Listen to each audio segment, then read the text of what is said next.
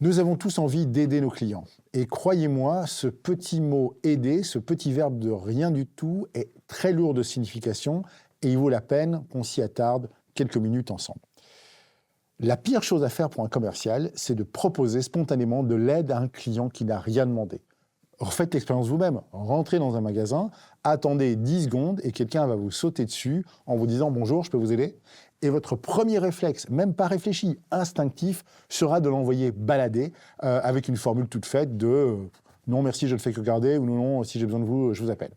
Vous sentez à l'intérieur de vous-même que le fait qu'on vous ait proposé spontanément de l'aide ne vous plaît pas. Et c'est normal.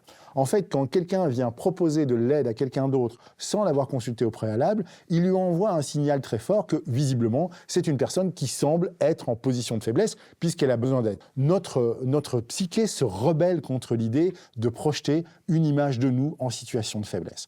Donc, s'il vous plaît, n'allez pas spontanément aider un client qui ne vous a rien demandé. Par contre, si un client vous demande de l'aide, la première chose à lui dire, c'est évidemment avec grand plaisir, je vous aide.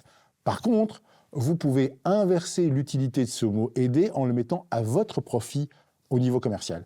Vous détestez être aidé sans avoir formulé une demande préalable. Par contre, vous adorez aider les autres. Et oui, notre évolution a fait de nous l'animal le plus aidant de la planète. Nous aimons aider. Le fait que nous ayons réussi à créer des groupes sociaux cohérents et intelligents qui ont fini par fonder des sociétés repose sur l'entraide.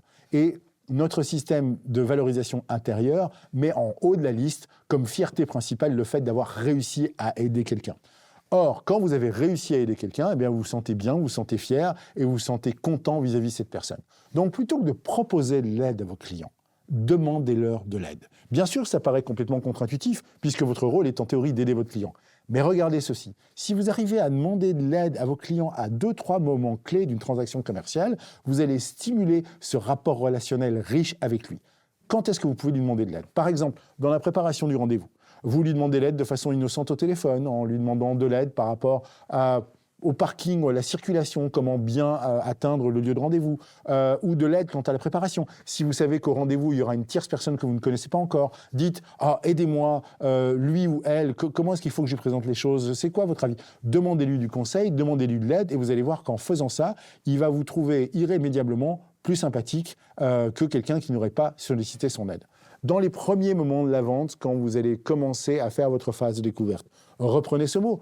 Aidez-moi à bien vous comprendre, aidez-moi à bien envisager ce que je peux faire pour vous, parce que c'est vraiment un moment important. Quand vous demandez aux gens « aidez-moi », spontanément, ils sont plus enclins à aller dans votre sens. Donc, demandez-leur de l'aide à ce moment-là.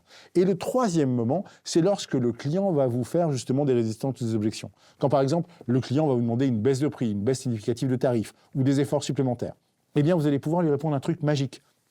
OK, mais aidez-moi à vous aider. Comment est-ce que vous allez pouvoir m'aider à faire passer cette demande de remise auprès de ma direction, par exemple? Eh bien, rien qu'en ayant utilisé ce petit terme d'aide, vous allez obliger le client à rentrer sur votre terrain et à probablement vous donner déjà des billes, des éléments de concession qui vous permettront à terme de mieux le servir. Demander de l'aide 2-3 fois à votre client pendant tout un processus commercial est beaucoup plus efficace que de lui proposer brutalement et spontanément de l'aide alors qu'il n'a rien demandé. On se retrouve bientôt dans une prochaine consultation de Dr Sales et n'oubliez pas que la santé de votre entreprise dépend avant tout de la santé de vos ventes.